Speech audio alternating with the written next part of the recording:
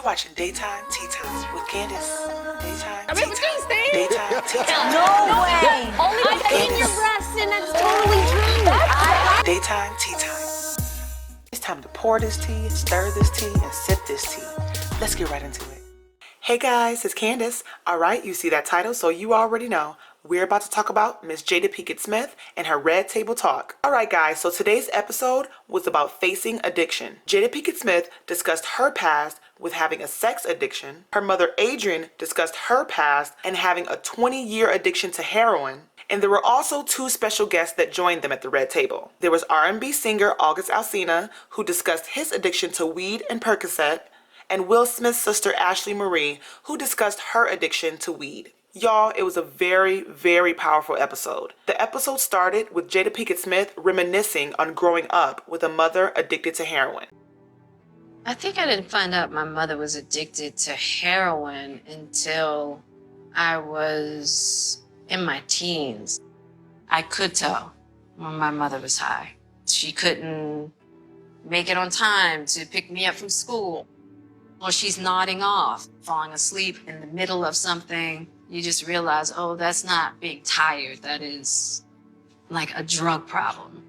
I couldn't hide the unmanageability of my life and the emotional damage and the spiritual damage that I did to myself and to her. You know, that was devastating. When they actually sat down at the Red Table, JADA Pinkett Smith's mother, Adrienne, was so overwhelmed with tears that she was actually unable to get some of her words out, but she was still able to tell her story and express the real reasons of why she decided to get clean after being addicted to heroin for 20 years. She explained that it was her love for a man that helped her to change. What made you decide, all right, this is it, 27 years ago? You know, I hate to say it, I have to put it on somebody else. No. Like, it wasn't about me. I had already lost my mother. I had already lost a husband. I had already lost another relationship. My friends were already frustrated with me. My sister was frustrated with me. You know, I knew that probably my job was in jeopardy. And at that time, I didn't think I was anything without a man. Right. And so I had this man come back in my life. And he actually said to me, you know, I heard that you had been in the treatment, and I started, you know, communicating with this person, and we had an opportunity for a relationship, and I thought that that would not happen. Wow. So it's sad to say that I did it for a man. But hey. But at the end of the day, you get to wherever you That's get. right. And then hopefully Yup. the light will go on and you'll realize that it's about you. That's right. That's right. And I had to come to the understanding that Yeah. there was a power Yeah. that God had been, Yeah. that God had been looking over us, Yeah. you and me, Yeah. through all of that. Yeah. And I just had to let go. I had to let go and surrender Yeah. so that I could receive what he was trying to do Yes. through other people. I can't even get it out. Yep. I'm proud of you, Cam. No tears. No tears. Or tears. That's tears of joy right there. Yeah. You made it through. Yeah, that let me tell you, that's exactly. You made it over. Yeah. Those are tears of triumph. Yes. But I guess I'm just sad thinking about the fact that I wasn't even at that time doing it for myself. Oh my goodness, y'all, that part brought me to tears. It just was so sad. I definitely understand that she regrets that she was unable to become clean on her own. and that it actually took a man and her desire to be with him to make her want to change. I understand that that makes her sad that she couldn't make that decision on her own. But I have to say, to anybody dealing with addiction, it does not matter what helps you get clean. It just matters that you get clean. There are a lot of drug addicts that end up getting clean because of their children, because of their husbands, their boyfriend, their girlfriend's mother, father, people they love encouraging them. And that's okay, because that may be the initial reason that you get clean, but what helps you stay clean is your own personal will and desire to stay clean. And I hope that Adrienne knows that about herself, and she should definitely take pride in her own personal strength for being clean for 27 years, because that is an amazing accomplishment. Okay, so moving forward, R&B singer August Alsina discussed how he became addicted to Percocet. But before he went into detail, JADA Pinkett Smith actually explained how she and August Alsina became such good friends. August, let me ask you first, because I'm really proud of you too. Let me just start there real quick, because how I decided to come up with to do this particular show was really listening to the conversations between my mother and August. August Alsina is an incredibly talented R&B singer.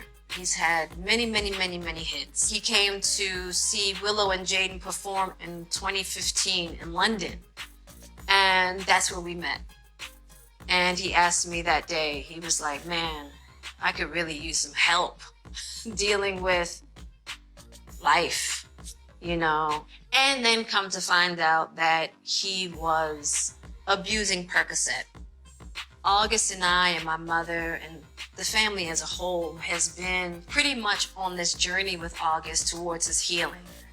All right, y'all, I'm sorry, but I gotta be a little bit messy. I have to throw it out there that Jada and Will have a very special type of marriage and relationship. The fact that Will Smith can be comfortable with Jada being friends with such a delicious young snack like August Alsina, that's amazing. Because I'm telling you, my husband would not be here for that, okay? Y'all see Will Smith in the selfie with him. That's all good and nice. And then the selfie with Jada, he look a little bit too comfy next to her. I'm just saying. All right, y'all, let me stop being messy. Okay, let's get back to the seriousness of addiction. Moving forward, August actually goes into detail about how he fainted during one of his performances. He was then hospitalized and eventually prescribed Percocet for his pain. He ended up becoming addicted to those prescribed Percocet pills. So, I want to talk about your...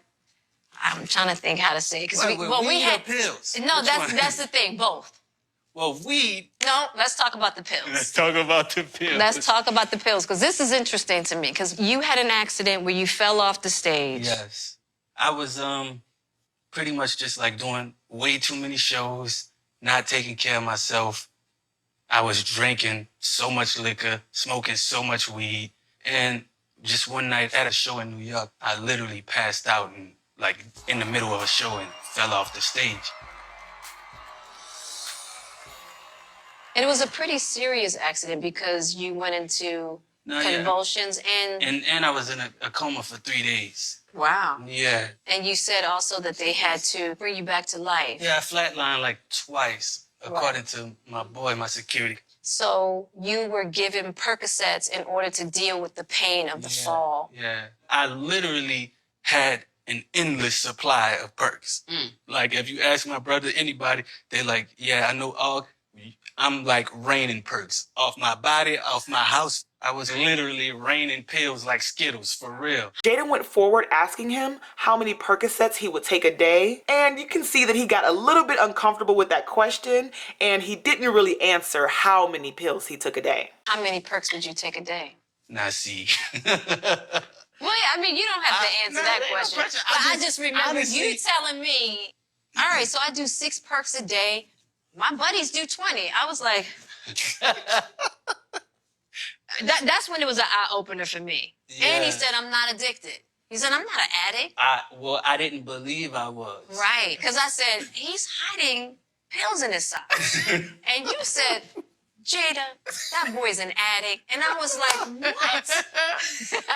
Okay, so as you can see, as they're reminiscing about that moment where Jada realized that August Alsina was addicted to pills because she noticed that he was hiding the pills. You can see that they're laughing and they're chuckling, but it's definitely not a laughing matter. They actually discuss that they're able to laugh and giggle because he's gotten through it already. You know how people always say, now you can look back at that and laugh because you're happy that you made it through. Let me just say that we're laughing and No, it's kind of chuckling but because of the situation, but it really is very serious. and the so only don't reason get the why wrong that we idea. can laugh about is because he's come In through. a new place. He's in Yeah. a new place. Exactly. Yeah. Okay, so speaking of recognizing when you are addicted, August Alsina actually goes forward to explain that he never really felt like he was addicted because he felt like a person who's addicted to drugs is somebody who does crazy and outrageous things, like selling your house or selling your car so you can get drugs. He felt like he wasn't doing crazy stuff like that, so he must not be addicted. Also, did you not have, like, in your mind, this stereotype idea of what an addict was? Well, actually, that's actually a good point. I did, because my stepfather was addicted to crack. My father was addicted to crack and an alcoholic. So my introduction to drugs was that, and seeing my stepfather pawn the whole house for some drugs, pawn the car, whatever. And my idea of an addiction was that. And I remember my stepfather would come home off of his binges and I would see him sweating and shaking and really having to get his life back. And I went through that experience, thinking I have it under control, just always thinking that I can beat it. Exactly. Right. I was like, wow, I'm a junkie. Because it's coming from a doctor, you feel like, well, what am I doing wrong? Yeah. So it's a tricky, like, situation. So on one hand, I'm like, it's coming from the doctor. And on the other hand, I'm like, well, you're obviously addicted to these. But what typically happens is you get to the point where you can't get the prescriptions anymore, and then you Right. start seeking out the Illegal drugs on the street. Okay, so this is the part that really got me. August went forward to explain how he actually decided to make a change and get treatment for his addiction. And it turns out that Jada Pinkett Smith called him crying, and her caring for him so much and crying about it is what made him change. This is the part that really showed me how close Jada Pinkett Smith and August Alsina are. What was the moment that you decided you needed to get clean? I don't know, I was on tour or something, but you called me and, like, literally broke down about Oh, yeah. it. And I was just like, oh, something's got to give. You have, like, we can't love you more than you love yourself. I can't. And see, that was the thing, right? So to feel your emotion and hear you bawling, I was like, that was really a reality check for me, because I was like, wow, if someone else can love you that much that it hurts them, why doesn't it bother you that you're actually hurting yourself? And yeah, that moment really That was your bottom. changed the trajectory of my life, just to start walking away from it. Like I said, guys, this part definitely showed me that Jada Pinkett Smith and August Alsina are very, very good friends if she's calling him and crying, desiring him to get through his addiction. Only real friends and people who love you do that. Okay, so Will Smith's sister Ashley, she goes on to tell how she is currently dealing with breaking her addiction to smoking weed. At first, when I decided that I wanted to take a break like a week ago, Right. I said, damn, I'm going to just go for 2 weeks. I'm just not going to smoke for 2 weeks. Any marijuana substance, I'm not going to have it for 2 weeks. And the first day I had to take, I'm not going to do it in the morning time, Right. Right. And then once I got past the morning, I'm cool all afternoon. I'm not going to do it in the afternoon. But the first day, I found myself not being able to make it through the night. Ashley, how often were you smoking a day? I'm always high. But I no, was how always- often? Like, I would wake up and smoke. Okay.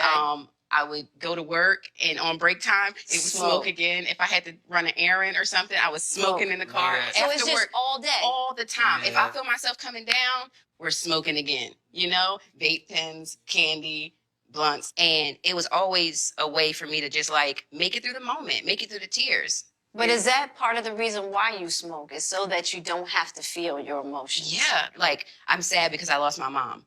My mom's going to always be gone. Right. So how can I ever be like okay with that pain. Right. You know what I mean? Like, Daddy-O is gone. Right. He's- Both of her parents have passed on. Yeah. So. And he's going to always be gone. It's crazy because a lot of people feel like you can't be addicted to weed. But I have to say I disagree with that. I believe that people can definitely be addicted to weed. Anybody who's been around a real heavy weed smoker, you can tell that they're addicted because sometimes they cannot even go a couple hours or a few hours or a day without it. And if you can't do that, you are addicted. And the same thing goes for food, snacks, cookies, cakes, meat. If you feel like you can't live without that, then you must be addicted. Yeah, You most know? people actually don't feel like weed is a problem. Right. Right. So I just find it like very interesting to hear you talk about it in a way like and able to admit that Yeah. this It is is a an problem. issue It's, for no, me. it is. Yeah. It is because I lean on it. Yeah. Like, I say to myself, the only way I can calm down from not being buck is to smoke. Right. Wow. But is that really true? Right. And that's not a decision that we can make for you. No. I would love to. Because sometimes I know. sit down and I listen to you guys and I'm like, oh my God, just don't. Yeah. Please don't do this. I don't want to hear nothing about weed comes from the earth. I don't want, it's a lot. So do poppy seeds, okay? So does the poppy plant. Like, I don't want to hear all that. But I know that Yeah. it's your journey because I had mine. Yeah. Yeah. It took me 6 years to get 1 year clean because I had been a revolving door for so long. Yeah, I it get is the a hardest couple, months clean and then I'm gone again. Mm. Sometimes it's hour by hour by hour. Yes. Have You to go can't have a lot of free time. No. People cannot have a lot of free time, especially when they're trying to like wean off of something and stop doing something. But the other thing is for you to think that you can do it by yourself, you can't. Yeah. And you don't have to. August Alsina actually agrees with Ashley because he feels that he was also addicted to weed, as well as the pills. And he explains that he used the weed as a crutch to escape a lot of the issues that he didn't want to deal with. I feel like so many times I was smoking weed, really using it as an escape, and it's really just one big illusion. Yeah. It's the Bingo. biggest lie of life I've discovered. Thank you. And that's what I keep telling people. It's an escape. Yeah. You're not really dealing with your own reality for whatever reason, the discomfort. And you have to be willing to learn another way to cope with Yeah. whatever is going on with you. Because at the end of the day, when the weed is gone, that problem is still there. The Red Table Talk ended with each of them answering some questions from the fans, and Jada Pinkett Smith answered some questions about her addiction to sex. You ever had an addiction? Yes, I've had several. When I was young, I definitely think I had a sex addiction of some kind. Yes, that everything could be fixed by sex. Yes. You know what I'm saying? Okay, y'all, I'm sorry, but I gotta be a little bit messy again, just for a minute. Did y'all see August Alsina's face when she was talking about being addicted to sex? He was like, yeah. Everything could be fixed by sex. Yes. You know what I'm saying? But let me stop being messy. Okay, moving forward. Okay, y'all, so lastly, they talked about growing up around addiction and how it affected their own personal addictions. Were you around drugs growing up? Absolutely. Both of my parents were alcoholics. And I've had uncles and aunts who were crackheads and drug addicts and addicts. And so, yeah, it was just a lot of alcohol and a lot of This exposure Yeah, it kind of to runs in the family. Yeah. Yeah, because I do believe that there's a hereditary element in it all. This is a fight. This is deeper than just myself. This is a fight for my father died from this. Yes. Right. It took him out. So Right. I'm and having so to. did yours. Yeah. Yes, he And so did did. yours. My father died from drug overdose. Right. yeah, that's powerful. Y'all, that was so powerful. I do believe that there are hereditary connections to addiction as well as generational curses. But with that said, I truly believe that just because your mother or your father or grandma or grandpa struggled with a specific addiction, that does not mean that you have to as well. I believe that every person can make a conscious decision not to fall victim to their parents' or grandparents' struggles. I know it's easier said than done, but I do believe that there is power in your tongue. There's power in the things that you speak. So if you continually say, well, my mother was addicted, and so that's why I'm addicted. My father's addicted, so I'm going to be addicted. Then that's what's going to happen to you. But if you speak power into your life and you say, I will not be addicted, even though my mother was addicted, I will not be addicted like her, then that will happen for you as well. Every person should definitely be careful about what they speak into their lives. Your parents' struggles do not have to be your struggles. Find strength within yourself, find strength from your friends, your family, your loved ones, but most importantly, God, and everything will be all right. All right, y'all, I'm done with this. I need to know what y'all think. Have you ever personally dealt with any addictions? If so, comment below, let us know how you made it through. If you're currently dealing with addictions and you're trying to make it through, comment your thoughts below so we can encourage each other. Let me know what you guys think. If you haven't already, make sure you hit that subscribe button, hit that like button, and I'm gonna catch you in the next one, all right? Bye.